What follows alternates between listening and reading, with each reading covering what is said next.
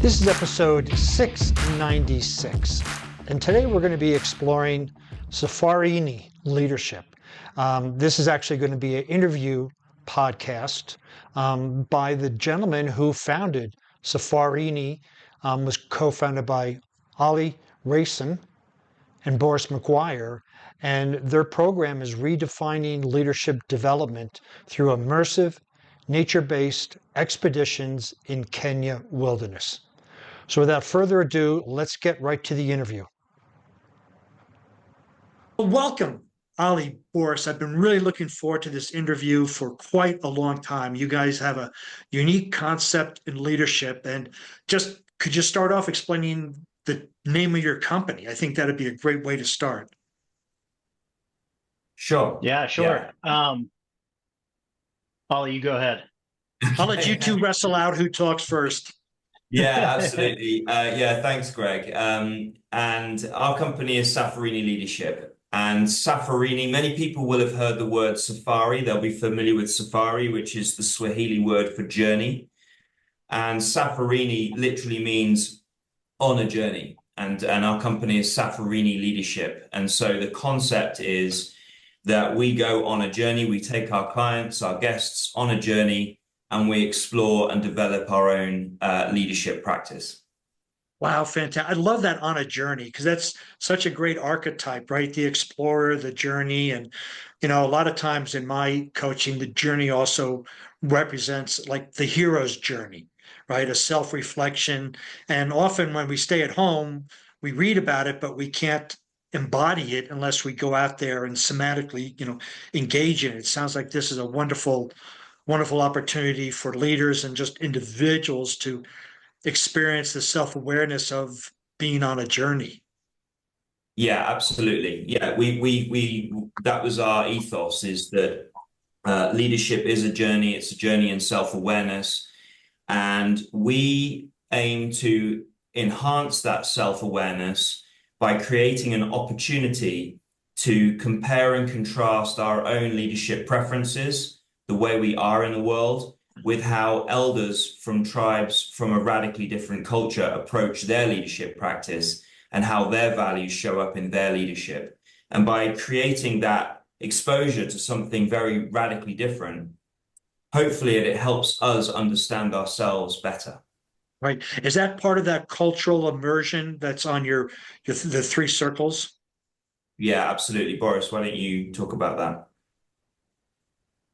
Yeah, sure. Well, first of all, just want to say thanks, Greg, for having us. We've been big fans of your podcast and your newsletter. And I think Ollie mentions our ethos. And I think there's a huge alignment between what you're doing, what you talk about, and what you're trying to change for people, and the transformation you're trying to create with what we're doing. We have kind of a three-part Venn diagram, each of which is a different type of immersion. Because we're trying to create something that is in contrast to the windowless hotel room or the sage on a stage type leadership development, and get their hands and feet literally dirty. And so the first type of immersion is nature immersion or outdoor immersion, where we're getting you outside, or getting you moving, and we're combining the combination of physical strength and physical challenge with intellectual and emotional challenge. The second is peer immersion. We're trying to bring together different types of leaders from different types of organizations, coaches, consultants, executives, entrepreneurs, MBA students, different types of leaders at different places in their own personal journey together in cohorts of any different size, and bring them on a journey together, because we all know that we learn best when we are learning with others and learning from others. And then perhaps the most important is the third circle, which is cultural immersion. There are many adventure-based leadership opportunities out there. Knoll's probably the most famous one, and there are many opportunities to network and kind of immerse yourself with other leaders. But we're not aware of anyone who's combining those two things with the opportunity to learn from and within a radically different culture. And that culture is the culture of the northern pastoralist tribes of Kenya. So for context, we're coming to you from, I've just lost my power. So that's fitting. We're coming to you from Africa. We're based in Nairobi, Kenya. where infrastructure isn't always So that's the great. dark nation, right? This is what they mean by the dark continent. Right. We're often lacking in light, as I am now. But yeah, we're in Kenya, and Ollie and I have a deep passion and connection to the tribes of northern Kenya, which remains a largely kind of almost ungoverned frontier land of wide open spaces and traditional communities, and particularly the Samburu tribe we've become close with. And we work with a team of elders and community leaders from the Samburu who go on this journey with us. So they literally take a 6-day expedition on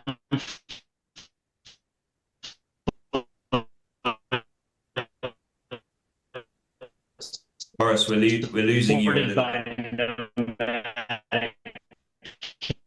What? Train through their sacred homelands. Up, Ollie, then, if I'm unstable? Yeah, you have been for the last sort of 20, 30 seconds or so. Let me just pick it up. Now, is that unstable mentally or what? If this keeps up, I might become unstable mentally. Let's see. No, but I think that's fascinating because at least, here in the States, there's not a overpopulate or overpublication about Native American leadership, but it's referred to at different points in time. So there's some familiarity with it. And in Europe, I'm not so familiar with those, but Northern Kenya, I think that just brings a whole different perspective to people because when you're immersed in a culture that you know nothing about and you go into it with a growth mindset, all you can do is learn. Yeah. Yeah, absolutely. There are many tribes in Kenya. There are more than 40 tribes in Kenya, and each have their own language and their own unique customs and culture. And like Boris was saying, over the past just to backtrack, I've been living and working in Kenya for about 12 years, and Boris has been here for about a decade himself. And so between us, we have a lot of experience of working and leading cross-cultural teams. And that's been sort of in combination with our shared passion for the north of Kenya and really getting to meet some of the more marginalized tribes up there and really understanding their ways of life. And we found it really fascinating once we got into the culture and understanding how they lead and how radically different some of their approaches are to that of a Western business context. It's really quite fascinating. Right. I can imagine that. I just want to go back to the wilderness part and perhaps even the cultural part is, in my coaching, I talk about the physical gains way to the mental, which gains way to this emotional, which gains to the spiritual, meaning we can get access to our mental state of mind by doing something physical, because then all the complaints come up, all of the BS comes up and all of that. And how important is that wilderness immersion to digging into the participants' mental and perhaps even emotional state of mind when they reach something that they're not familiar with? Yeah, it's very important. And it's been scientifically proven that being immersed in wilderness is conducive with stimulating creative thought. And so, it's quite well established that if you get out into the wilderness and if you get off technology for a number of days and just avoid the constant distractions, then you can engage in a slower way of thinking and actually just have much more creative solutions to the problems that you might be facing. Fantastic. So when people show up, I just want to get into not so deep into the logistics, but I find it interesting when the participants show up, do they have a intention on what they want to gain out of it? And then at an end of it, they have a reflection. Did they meet it, or how does the process work?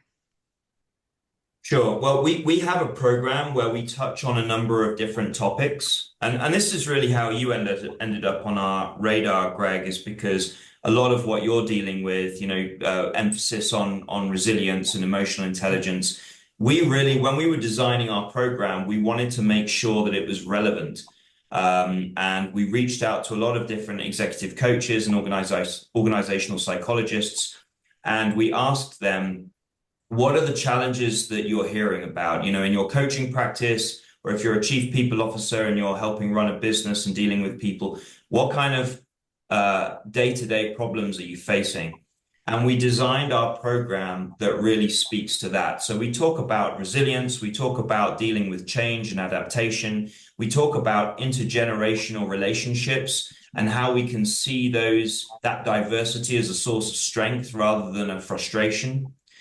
But to answer your question, everybody is coming from their own individual circumstances. And so really the aha moment for them may be very different for each individual along the process, you know, and it really is. It's a small group. So, for example, the expedition that we're running next month, we only have 6 clients and we have 5 facilitators.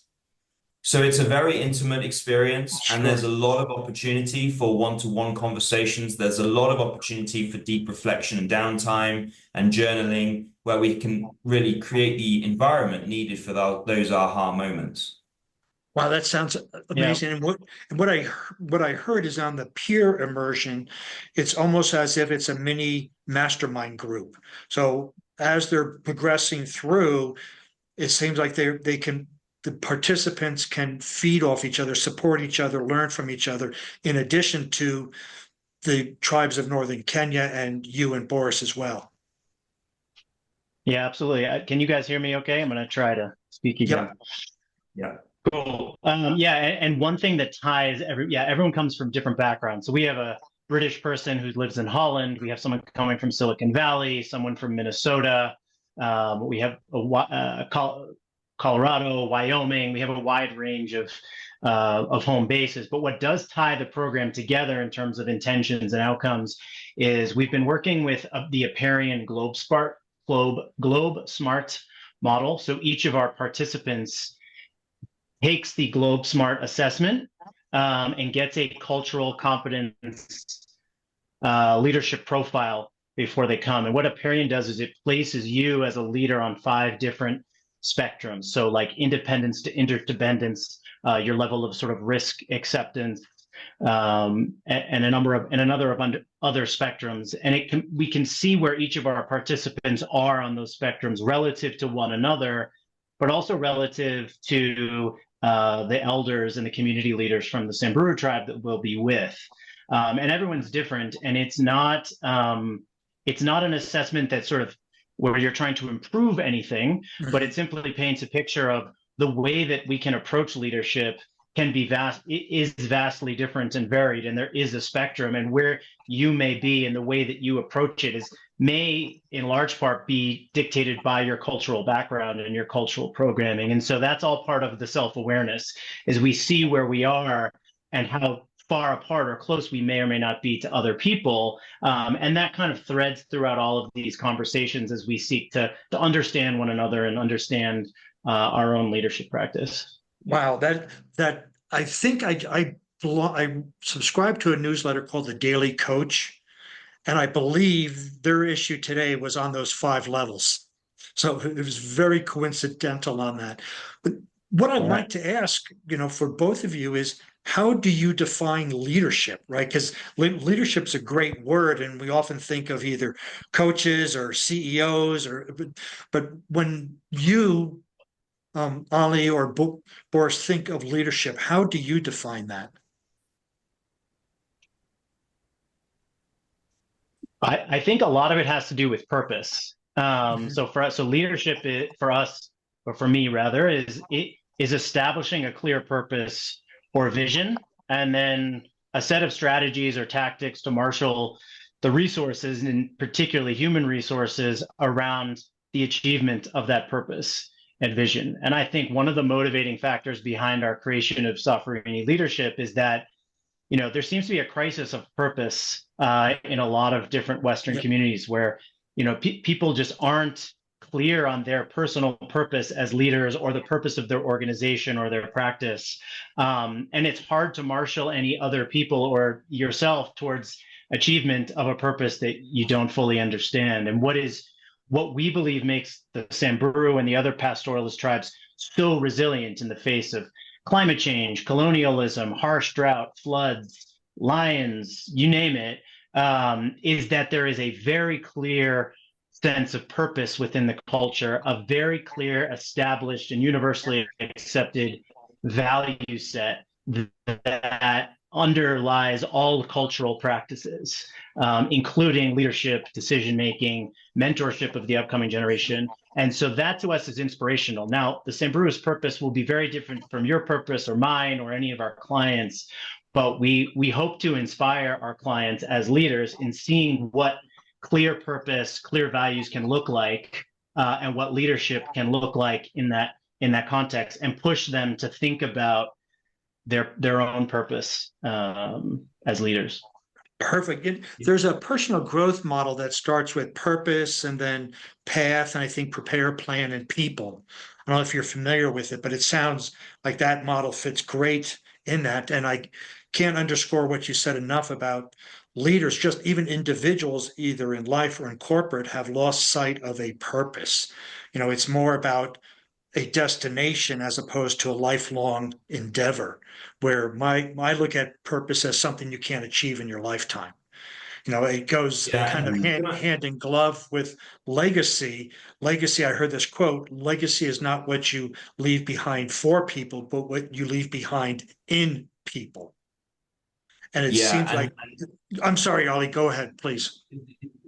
Sure. I was just going to add to what Boris was saying about, I would define leadership as service. And what's interesting, particularly about the Samburu community, is that there is no status in being a leader. It's not like you get a big salary. It's not like you get a big fancy car or a bigger house. You don't really get any material wealth or possessions. And yet you are expected to be a leader in service to your community. And I also just wanted to pick up on what you've just said about it being a lifelong endeavor, and something that I can't remember the terminology you used, but it's not something you leave for people, but you leave in people. A legacy.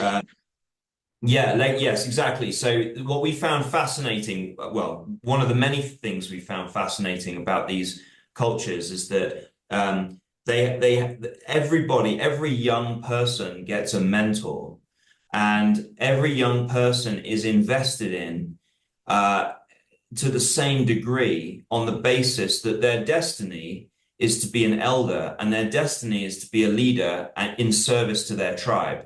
It's not a meritocratic system where we cherry pick somebody because they're particularly smart or because they're a particularly charismatic speaker. Everybody is expected to ultimately be in service to their community. And so that's really influenced how I think about leadership. Oh, that's great. Because again, leaders, a lot of people, at least, in the United States, think leader is a high level in a corporation or the military, and they have a group of followers. But in reality, we are leading whether we lead or not, whether we know it or not.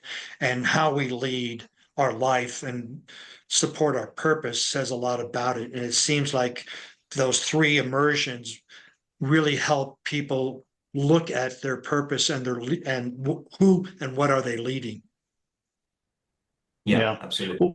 One other thing to add, just on the topic of legacy, which I think which marries to the spiritual context, because these are deeply spiritual cultures as well, is that the notion of ancestry and ancestors is sort of built in to everything. So the timescales that people think on and make decisions about are multi-generational, not just multi-generational, the here and now, but when we're all gone and our great grandchildren are leading the tribe, and the behavior and actions of one's ancestors largely defines how you are seen in the present as a leader, and you lead both on behalf of your ancestors and those that will come after you. And that's deeply ingrained in all the Samburu practices and beliefs, which, again, we're not promoting that. We're not suggesting that people sort of take that on literally as a spiritual belief. Maybe they do, maybe they don't, but it's just a context in which people think deeply about their legacy that, again, is pretty radically different from our own, where we're often thought, I'm my own man or woman, my decisions and my actions are separate from that of my mother, my father, and my grandchildren to come. It is all interlinked within these cultures, which leads to some practices that are very different from those in the West and very interesting to explore.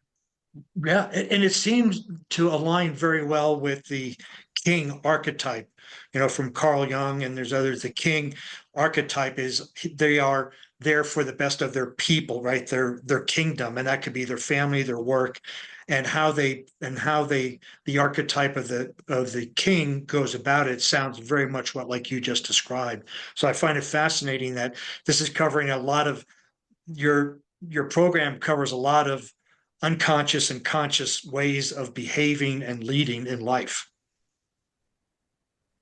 Yeah, absolutely. Yeah.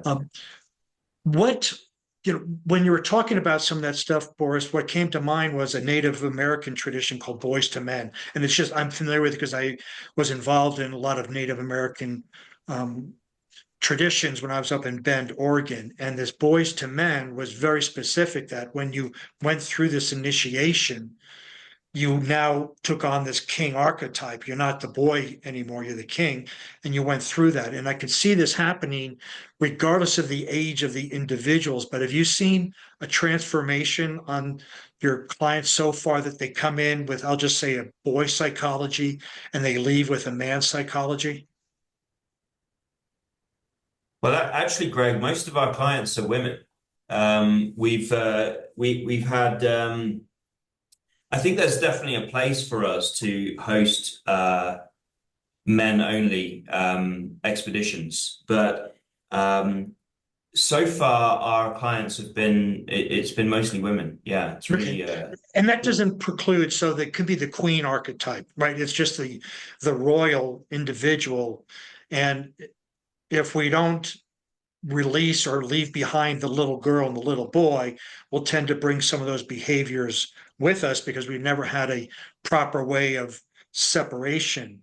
But it sounds like that might not be your intent with this leadership, but it sounds like it could be a very powerful byproduct that happens. People come in with one way of thinking and leave like, no, I'm responsible for myself. Here's what I'm going to be doing. Yeah, I definitely think the way you framed it there is what we see.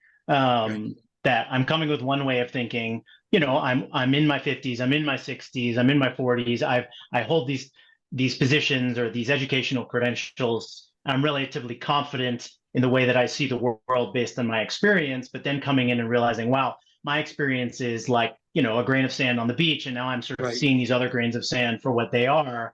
And I can try to model them or not. But I'm realizing the way that I do things and see things is one of so many different ways of doing and seeing things. And they're therefore able to be more versatile, more adaptable, and more resilient when different things come their way. But to your point about the king or queen kind of journey, what I think is interesting about that is that it's very reflective of the way that these cultures are structured, which is around generations and age sets. And so you have the culture is divided into four very defined age sets. So you are a boy or a girl, you are a warrior or a moran, you are a junior elder, an elder, and then there's sort of a retirement phase as well. And it is the elders who lead political community decisions. It is the warriors who protect and are the soldiers, and the junior elders are there learning how to transition from one to the other. But the defining moments are becoming a warrior, completing your warriorhood, and becoming an elder. And these things, as Ollie said, no material value is placed or bestowed on anyone as they transition. You don't receive anything other than the honor of taking the next step in your service to the community and towards your purpose as a Samburu. So there, that notion of girl to woman or boy to man is what defines all Samburu people's kind of life story, and that life story is a journey towards leadership and service. And that's just another element that I think we find a lot of inspiration in, and so do our clients. Right. And when I refer to the boy psychology and man psychology, just different ways of thinking. If we're not taught to transition, such as the Samburu tribe or Native Americans, we take that same thinking along with us along the journey. And what I love about what your program is doing is, whether they know it or not, the participants are transitioning. They're leaving some thinking behind and picking up a different thinking and going through those, for lack of a better word, rites of passage. That may not be your intentions. They may not be coming there with that, but through the cultural, the wilderness, and the peer immersion, these things just seem to automatically happen. At least that's what my inference is. Yeah, absolutely. And, going back to something I was saying earlier about how we do really want this to be a very relevant experience. This is not just intended to be a fun trip to Africa, a kind of a bit of a boondoggle. But as the journey progresses, as we near the end of our expedition, we do have sessions which are specifically for thinking ahead and a commitment to action. What am I going to do differently? How am I going to change in my day-to-day leadership when I get home?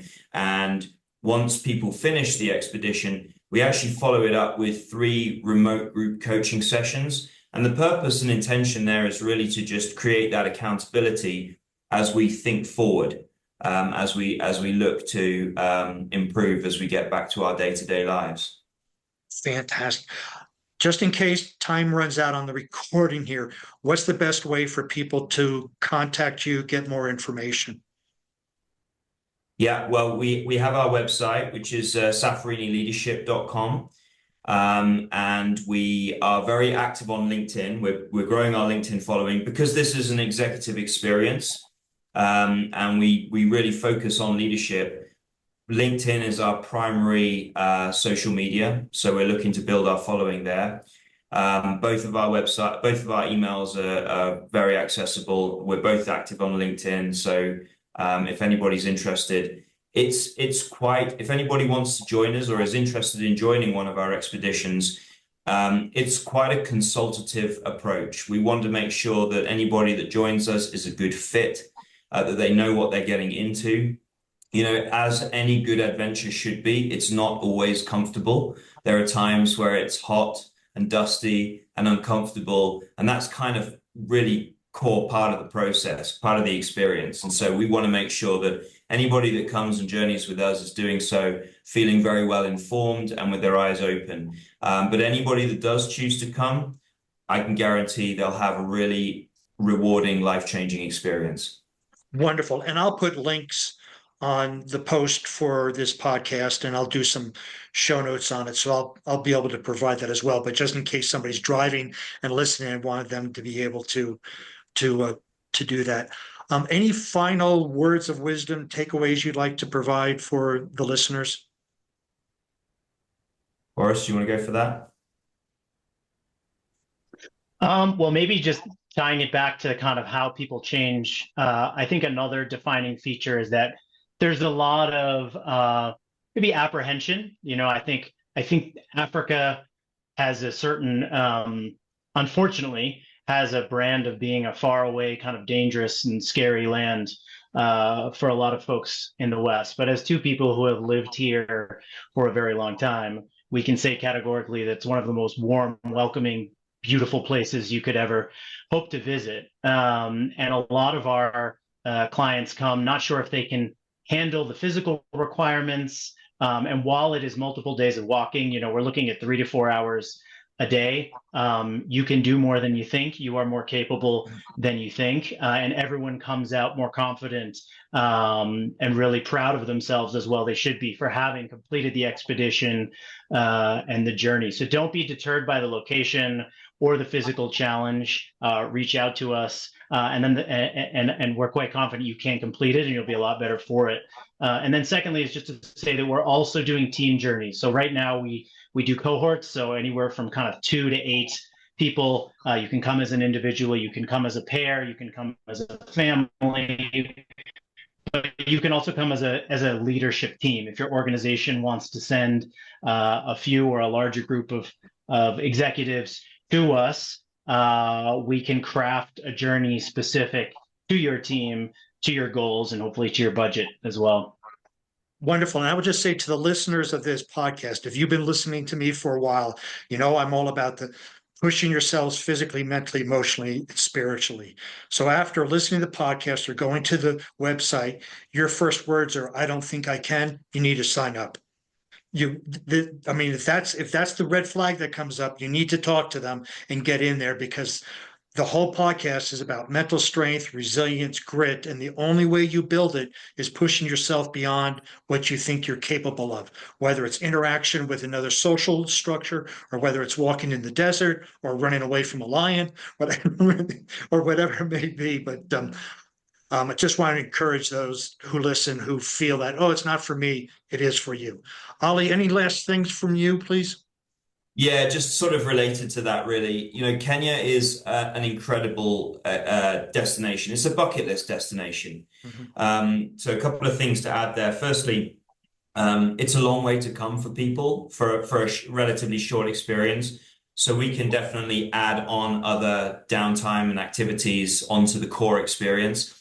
And the vast majority of people who come to this part of the world, they do go on a safari and they sit in a Land Cruiser and they see lions and they see zebras and giraffes. And that's a really special experience. I've done it, you know, hundreds of times, as has Boris. We've done it together hundreds of times. But there's something about walking in the bush with no protection. And again, I don't want to scare people off, but it's a really magical experience. It has the power to be truly life-changing. And so, yes, if anybody's thinking it's daunting, then, you know, get in touch and give it a try. Right. Again, if you think it's daunting, it's for you, right? That's the first sign. If you think you can't do it, you do it. But gentlemen, thank you so much for your time today. I really appreciate it. You gave a lot of insight on approaching leadership from a different direction, you know, both the cultural, the peer, and the wilderness. So really appreciate your time today. Thank you so much. Yeah, thanks for the opportunity. And Yeah, thank you, Greg. we Great, really thank you. appreciate you, Greg. We feel very much aligned with the work that you're doing. You really hit on some of the themes that we cover, as I said before. So thanks, and keep up the good work. Perfect. Thank you. Well, if you liked this interview and want to see just a brief summary of the show notes, please visit warriormindcoach.com.